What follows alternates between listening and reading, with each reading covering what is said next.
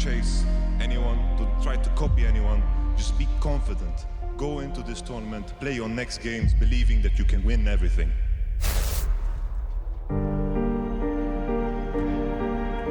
Every player has a dream of becoming the best in the world.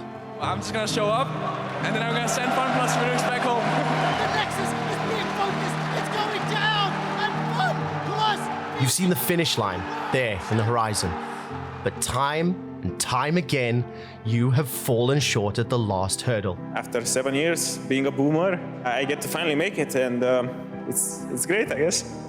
You've watched as champion after champion has lifted that trophy instead of you. It's when you're at your most vulnerable that you discover the truth. Winning alone does not make you the best. Being the best means never giving up. Your athletic class is determined by how you handle losing. It is all on Kobby to try and hold, but I don't think that's possible. It's about that grueling road towards the finish line. The constant heartbreaks and setbacks that you need to overcome. The Nexus tones are falling.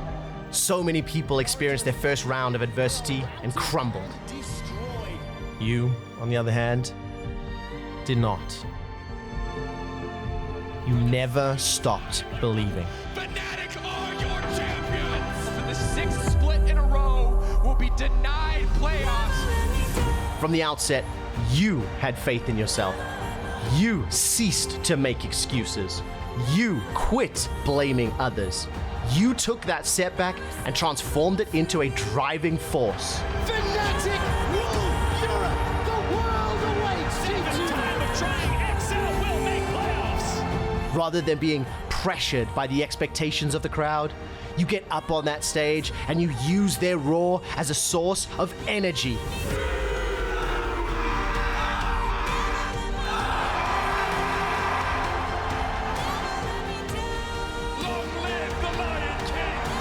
You can't really win if you're not the best. G2 are your champions! Their 9th title! This is your time. You can feel it in every limb, muscle, and particle in your body, and the question is, do you have what it takes?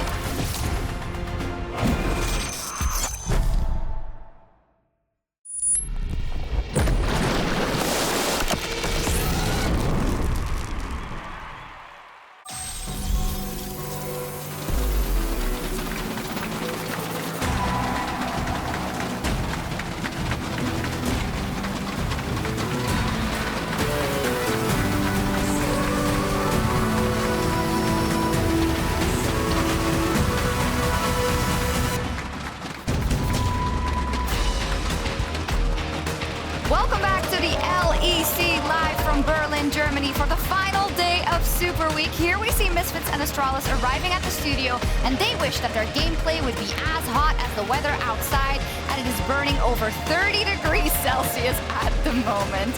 I'm Shocked, and I'm joined by Trouble and Nymira to open up the show. And I gotta say, it was a little bit of a punch to the gut, that opening tease video. I hadn't seen it before. And it really encapsulates what they are all fighting for here in the LEC. Now, I had seen that before, and it still hits hard. Because, you know, we've had these first couple of days of the new split coming through in summer, and we've had some highs, we've had some lows already from teams coming in from that. It just, again, puts it in perspective of what we're fighting for here. Mm-hmm.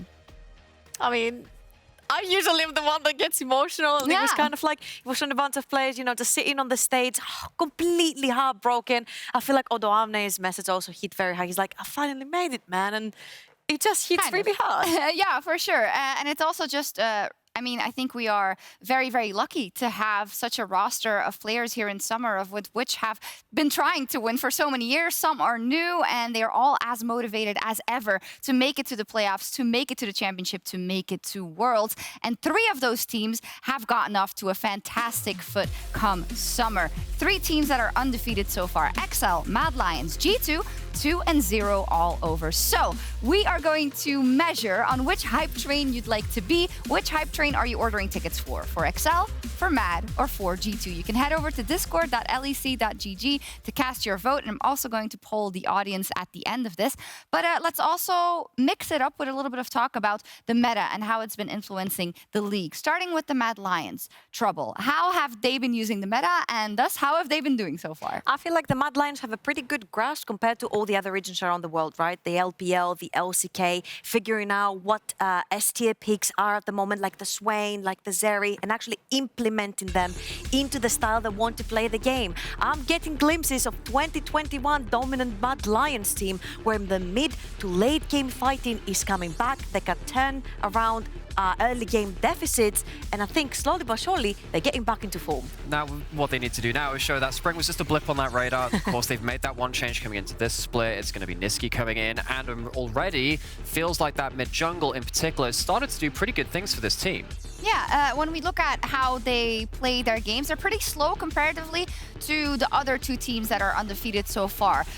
0.51 combined kills a minute. So that's like half a kill a minute, so you can't really measure it that way. But it does show how slow that they are, and how not proactive they are from the get-go in the game. But that doesn't mean that they can't turn it on when they have to. And that's kind of what's nice about how they've been playing. Yeah, and I feel like they're one of the teams where they actually do the hashtag we scale boys, and they actually make it work. Like the Zeri gets completely out of lane without any harm. You've got the Swain in the mid lane also coming out of lane in 2 items, no harm at all. And I think the 2 guys right behind us, Elyoya and Niski, have given so much to that team, slowing down the early game pace, making sure you reach these items or level power points, and then Elyoya will pull the trigger onto the engage, and then you have Niski also guiding other people together with him. So I think this concoction right here is a recipe for success. It's working well so far. We're going to see when they run into kind of the teams in the top 3, how they will fare, because when we look at the others, we see different flavors, right? Talk to me about XL. Everyone seems to be excited about them. What have they been showing? Well, of course, we're kind of framing this in kind of like a meta recognition thing, and I thought I'd really dive deep on one of the ways that XL has really recognized the meta. There's a whole host of things they do well, but one of them for me is how they're dealing with that Zeri that you were talking about, because Zeri has seemed to be this first pick, this first ban champion, and the draft which they ended up having where they dealt with this is they laid a trap. They laid a mouse trap with the Twitch. Now, this is something actually we saw in the ERLs. Ago Rogue ended up picking this Twitch Yuumi into the Zeri because, one, you take the Yuumi away from the Zeri, you have another hyper carry marksman with that ability to kind of play around skirmishes, because Twitch just kind of submarines into a lane, and it works out really well as a duo. I think this is a good snapshot into XL's understanding of how they know to deal with the big power picks right now, which not all the teams do. So they're ahead of the meta currently. Also, in terms of playing fast, 2 wins, sub 30 minutes, Trouble. It's going fast on my for clock. them. Is it my fangirling time? Maybe. I mean, I've been a huge fan from Arcoon ever since he even just joined the ERLs, right? I couldn't tell. You've never spoken about him before. Seeing him grow into this shot caller right now, the guy who starts every fight, and I think this is why they have these decisive wins under 30 minutes, because he will pull in the early game ganks, he will pull in the early game aggression, and their macro around the map is just so decisive, where they all split and they just do not let you come back. So these ganks work, the macro works, and they snowball into late game. It's just great So to see. Marcoon is the reason why XL is undefeated. And Volibear a little bit. And Volibear a little bit. I also want to give a shout out to Nukeduck, by the way, because in terms of the early game prowess out of XL, it's been Nukeduck and Marcoon together. We don't want to say the year of the duck because it's been, you know, said so many times, but I think we have to shout him out for how good his beginning of the season has been. Then finally, let's talk about G2, who yesterday played Rogue, and we had Broken Blade on PGL. And we asked, how do you decide a draft like this, where you have a Yone and you have a Yasuo, a Diana, a Swain, and he said, well, what we do is we ask, will it bang? And we decided it bangs, and this is how we got the draft. Okay, apart from banging in the draft or not, I think there's so much going on behind G2, right? Coming in from MSI where they lost so much, back into home soil where they actually left us winners, right? And they absolutely demolished everyone, not losing at all in the lower bracket of playoffs. And they're coming back with the same flavor, that same aggression, these weird wacky picks that they put with like the two brothers, Yasuo, Yone, together with Diana, very easy way in. But I feel like the leadership that's coming in also from Jankos onto that Diana just makes it work. And the thing for me is, they did have some quotes themselves from the team saying, we're not actually sure our meta read is the best right now, but they play it confidently. And that's the big thing for me. If you can come in and just understand what you're playing on the table at that point, even if it's not the best thing for that game, it really does show up well because the enemy team is trying to figure out what you're supposed to be doing. If you're just happy with it, they can play it like this. Yeah, they're a very momentum-based team indeed. I just wanted to check in with the Discord votes. So XL winning right now with the hype train, 47% Over of the G2 votes. lost the one vote. G2 40% and Mad 13%. That's crazy. I'd love to check in with the audience as well, if I can hear them. I don't know if I will, but who is on the XL hype train? Oh, okay. Who is on the G2 hype train? And who's on the Mad Lions hype train? Oh. Guys! Oh, no. How fast we forget our two-time champions from 2021. They're just completely forgotten. G2 still wins in studio, though. Yes, definitely so. Okay, let me join Febiven here at the video wall because we love to go back to former glory here in the LEC, when we were winning things, and Febiven was a big part of that when he was on Fnatic. So how are you, Fabian? I'm doing amazing. How are you? I'm great. I'm doing amazing as well because I'm really excited for this. So we asked you to comprise your favorite Fnatic lineup, your all-star lineup, and you can use players from any iteration of Fnatic. Go ahead. Yeah, I chose Huni in the top lane because he's my boy. I played with him 18-0, like amazing memories and such a goofy guy, funny, open, very amazing player. So yeah, lovely to play with. Yeah, I can see that. We miss him in the league as well. And then you put Razork, and that's probably a contentious one with the likes of the Broxas of the world that have been on Fnatic. Yeah, I mean, I played with Razork and Misfits for 1 year, and I loved it. I think this guy has immense skill ceiling. He's solo queue monster. He is also improving a lot in pro play, and I just... he's like my little brother, and I feel like we were such a good duo, and I really want him to do well, so I put him in my team. I get it. And what I like is that you say you've played together with them in the past. We see it here on Misfits, which was really fun. But you haven't put yourself in the mid lane. You've put Caps there. I mean, I have to be a little bit humble, Yeah. I think Caps is like... I don't know, he's the GOAT, After I went out of Fnatic in 2016, he actually went into Fnatic, and then from that point he just started popping off, and I think he's a player that has just the X factor. Like, he's like can be so surprisingly good, but also sometimes he also has a little bit worse games, but the more he's playing now, he doesn't really have bad performances anymore, I feel like, so he's just the GOAT, yeah. What is it about his mindset that makes him so good? Well, he's from what I know, he's a very emotional player. I played against this guy so many times in solo queue, in scrims, and I feel like his skill ceiling is just, there's no limit. So this guy can keep growing, and I think he has the edge on many other mid laners who are not as high skill ceiling as he has. I also like that you probably triggered a lot of Fnatic fans because we have him in the Fnatic jersey, Caps, and they are probably still sad about that. I would be. In the marksman role, you've got Upset. So I think a lot of people will be like, what about Reckless? So why did you choose Upset? Obviously, it's really hard, right? I think that I could have put so many different players. Yeah. I think that these players are also good. They're incomparable. You cannot compare a Reckless with an Upset. They're so different in terms of playstyle. But I feel like Upset is like a guy that I looked at a lot during the last years. I could tell that this guy would be the next superstar, and I really think this guy is the best AD carry in Europe right now, and I believe in him because he's also my friend. We have talked a lot and always wanted to play together, but it didn't go through. And great person, great mindset, and a real winner. Yeah. It seems that you value kind of team atmosphere and the willingness to improve very, very highly. I respect that. And then we have Yellow Star. I know you had Hilly actually in rehearsal, and you're like, who should I put? Yeah, I mean, I think we haven't heard from our boy Yellow Star too much lately, but this guy was really carrying us in 2015. This guy was carrying outside of the game, but he was also shot calling every game. And it was like just Yellow Star saying everything. Go Dragon, go Baron, go Reset, go End, like literally every game. And he was like so confident and like such a leader in that group with like 4 kind of rookies. And it was just, yeah, I miss him. Oh, I love it. It's a love letter to Bora. We love it. And we miss him as well. He's doing quite well, I believe. Thank you for that. A walk down memory lane. It's also cool that you see Upset Caps and Razork are now competing still in the LEC, trying to make it happen. Yeah.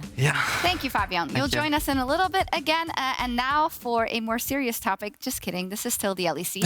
And bear with us because it is week 3 of a Super Week. So sometimes we got to spice it up a little. And as you may have seen, our players participated in a summer beach shoot ahead of this season. And we wanted to take a look at their fabulous outfits in this edition of Who Wore It Better.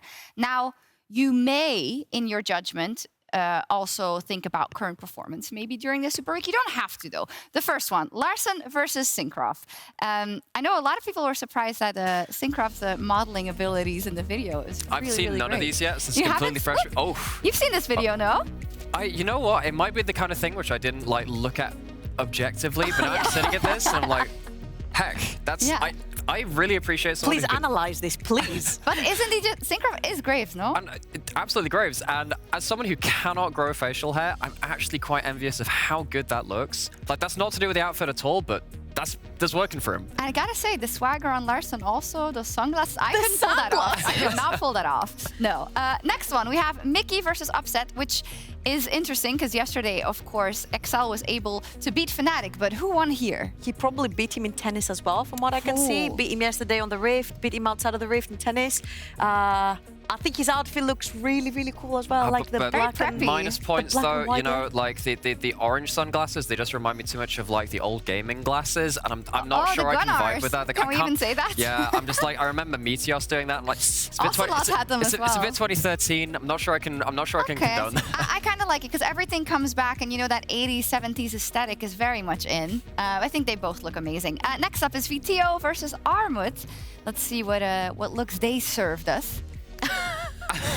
Side of the pool. Yeah, Armut is giving, what are my kids doing in the pool? Are they okay? Vibes, and I feel like Vito is the guy who's looking after them, is like making sure that nothing goes wrong, right? Which one would you rather be your lifeguard in this situation, though? If it's like, oh, my kids are in the pool. I don't know, I look at Armut, that is an intense stare. He's not missing any details. He will rescue anyone. No, they both look amazing. I think maybe a little bit more. Can we give it to both for this one? Yeah, adventurous towels, maybe. I don't know. That's all we can get out of this, by the way. Towel choices, yeah. But the big question is, of course, the biggest fashion icon that we saw in the video. Can anyone beat the duck? Well, no.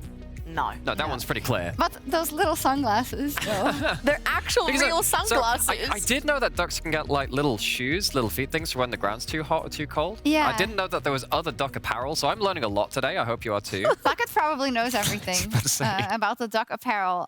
Amazing. Thank you for that. Flacket, I mean duck. So back on track. We had enough silliness. Let's go back on track and look at the schedule. So ahead of tonight's games, because we have a lot of them that are very important, knowing that some teams have not even been able to win a game this Super Week, and some are looking to continue their hot streak. At the bottom of the day, we see Mad Lions versus Rogue, for instance. Rogue, Nymera, didn't win yet.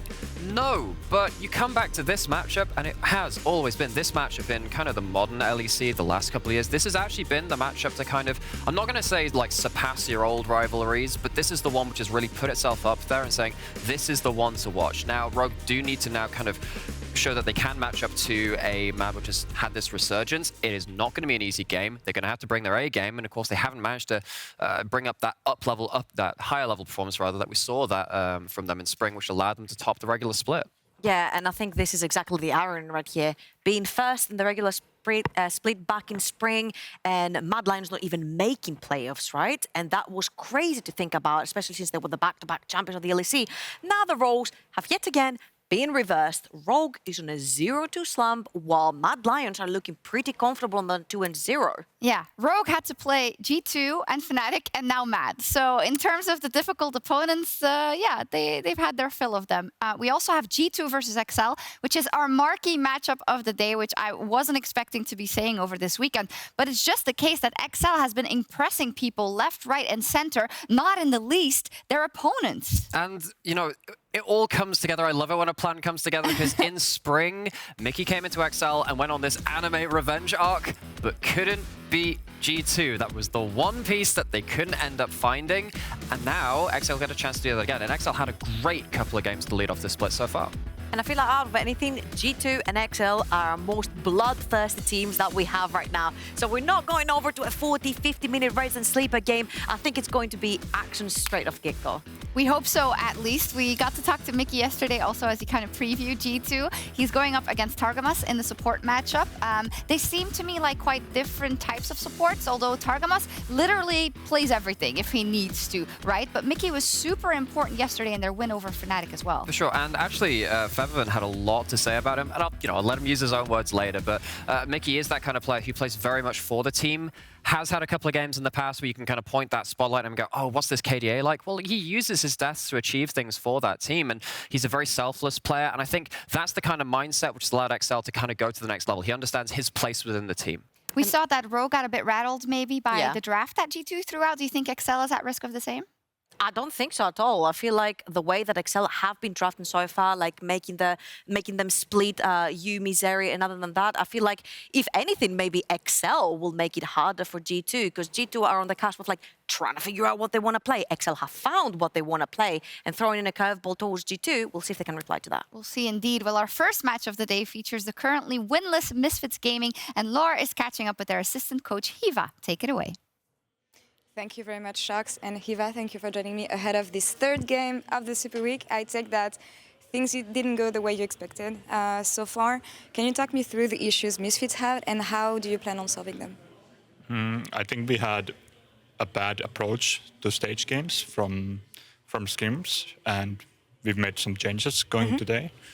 I also think we have multiple players who've never played in front of a real crowd or like they're playing their first LEC stage games. So I think it's expected that we are going to have some rough games here and there, but with time it will get better. Yeah, it's just the beginning of the season, so it should be all right. But as you said, many players never played in front of a crowd. I know that VTO especially was really looking forward to playing on stage. How did you prep the players for this experience? Because you've done that before, so maybe you had some advice for them. Yeah, obviously just we are trying to make them feel as comfortable as possible. We have our performance coach, Owen, who's helping them with all sorts leading into the match with their mentality. So, yeah. They're in good hands. That's what I hear. They are in great hands. Like many teams, this split, you made some roster changes. Here it is gone. Irrelevant came in. And I know that the beginning of the season was hard for him because he was also playing in the LFL for the first weeks. How did you get him ready? Because this is his first LEC experience. I mean, we were really lucky that he really didn't mind playing LFL. Like he seemed to be happy getting as much games as possible in. So I guess for most players, yeah, it would be intimidating in a way. But he was happy to play LFL and LEC. So yeah. And I know he was really hyped about playing in the LEC, but talk me through the changes. Why did you think that Irrelevant would make more sense in summer instead of here? So for us, like we followed Irrelevant obviously closely from Academy, in especially his performance in scrims.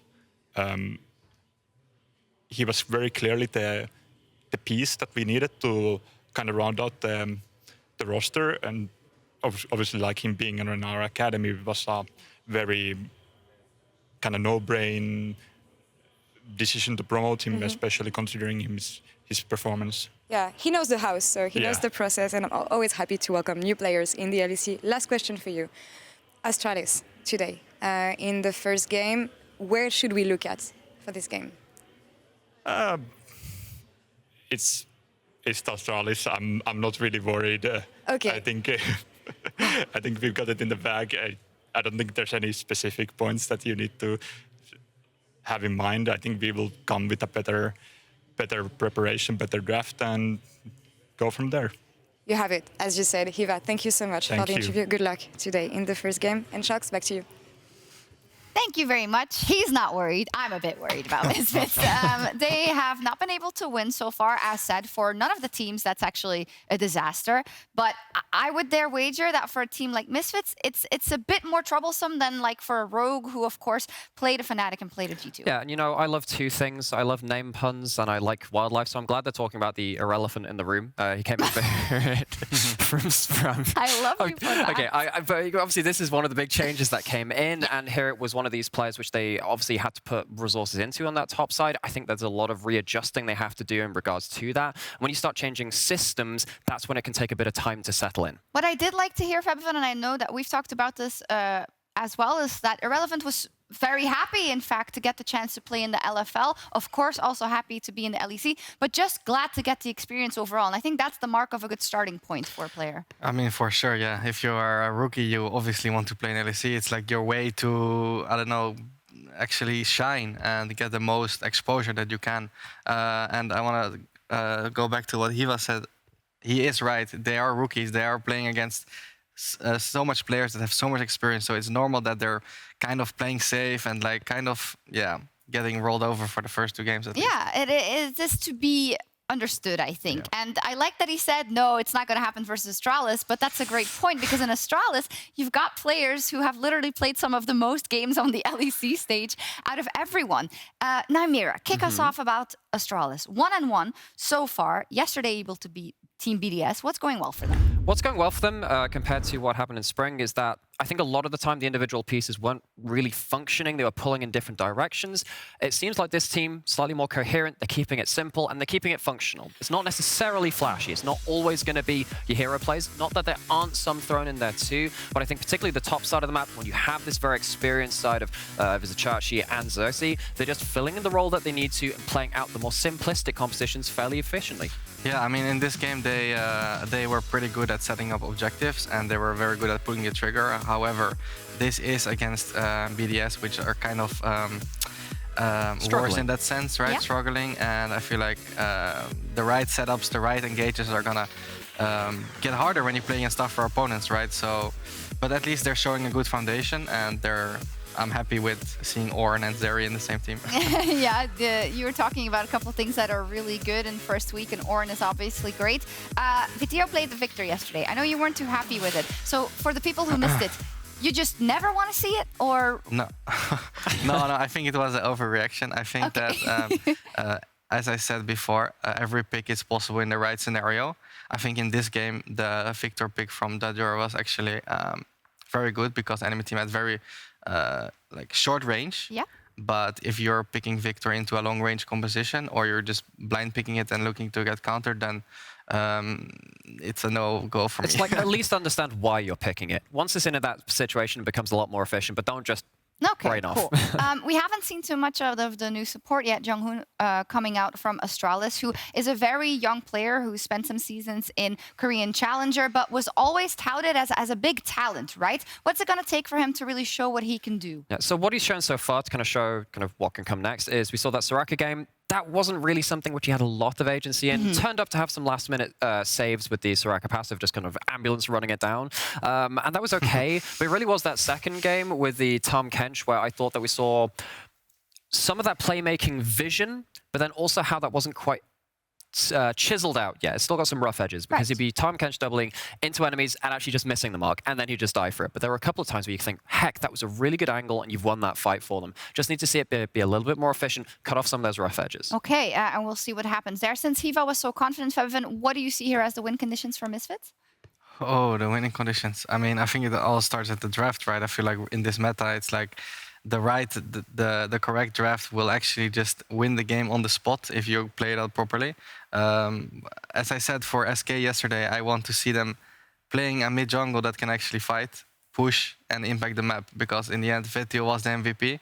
This guy should know how to win games.